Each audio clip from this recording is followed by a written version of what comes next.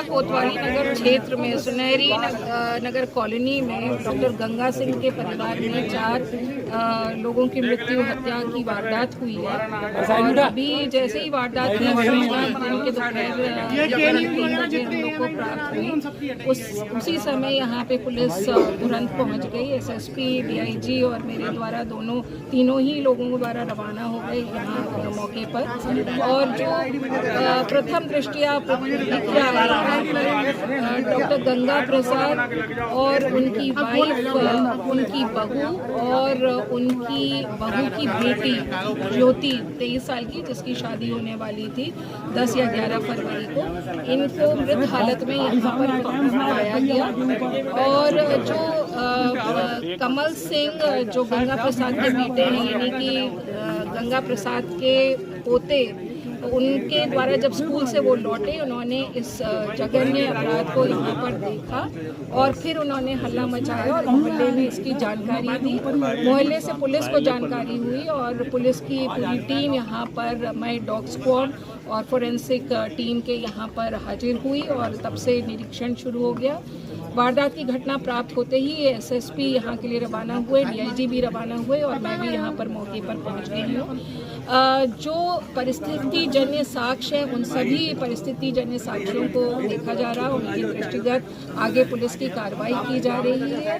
जो entry exit roots हैं घर के लिए, जो सीसीटीवी की जो रिकॉर्डिंग्स हैं और बाकी जितने भी टेक्निकल एड्स इन्वेस्टिगेशन के लिए अवेलेबल हैं, उन सभी पर पुलिस की नज़र है। डॉग स्क्वाड और फोरेंसिक टीम्स जो भी साक्ष्य एकत्रित कर रहे हैं, उन पर भी हम आगे कार्रवाई करेंगे। तो कुल मिलाकर ये आज अभी जो ये घटना हुई है, बड़ी दुखद घटना है, परंतु जो परिस्थिति जन्य साक्ष्य हैं उन्हीं के आधार पर और जो हमको टेक्निकल एविडेंस मिलेंगे उन्हीं के आधार पर पुलिस की आगे की अग्रिम कार्रवाई बेस्ड होगी।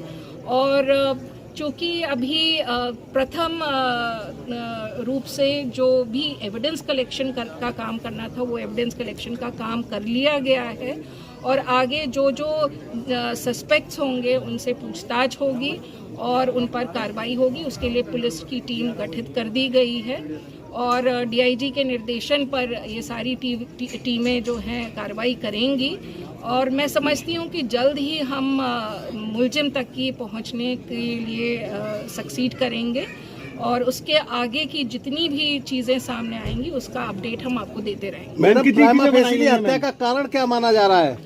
जी देखिए, अभी कोई चीज़ स्पष्ट नहीं हो पाई है। तो इसमें जैसा कि प्रथम रूप से बताया गया परिवार के लोगों द्वारा, किसी से इनकी रंजिश नहीं थी और ना ही ऐसा कोई मनमुटाव किसी के साथ चल रहा था, ना ही किसी प्रकार की धमकी इनको दी गई थी। तो आखिर इसका कारण क्या है, इसके लिए हमको बहुत गहनता से चीज़ें परीक्षित करनी पड़ेंगी और वो परीक्षण के बाद ही हम इस निर्णय पर पहुंच सकेंगे कि मोटिव क्या है।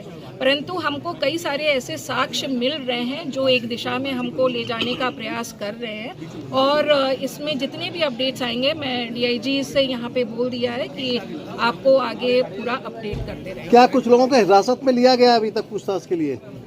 देखिए, इसमें अभी तो नहीं लिया गया क्योंकि सबसे फर्स्ट जो रिक्वायरमेंट होती है एविडेंस कलेक्शन की, तो वो हम कर रहे थे और वो हमने कर लिया है। और अब जो जितना भी हमको टेक्निकल रूप से इन्वेस्टिगेट करना है और उसके अलावा सर्कमस्टेंसेस के हिसाब से जितना भी इन्वेस्टिगेशन आगे ले जाना, वो कार्रवाई होगी। मैम, सीसीटीवी फुटेज में क्या लग रहा है? जी, सीसीटीवी फुटेज को प्राप्त कर लिया गया है, उसको स्टडी किया जा रहा है, उसका एनालिसिस किया जा रहा है, कौन कौन आ रहे हैं, कौन कौन जा रहे हैं, उसमें उन चीज़ों को देख लिया गया है और आगे की कार्रवाई उसी दिशा में चलेगी जैसा कि हमारे साक्ष्य हमारे सामने आ रहे हैं। मैम, कितनी टीमें लगाई हैं? जी, टीमें तो उसमें 3-4 लगी हैं और मैं समझती हूँ कि इसका जल्द खुलासा हो जाएगा क्योंकि जो चीज़ें सामने आ रही हैं उनमें काफ़ी कुछ चीज़ें काफ़ी कन्फर्मेटरी रूप से सामने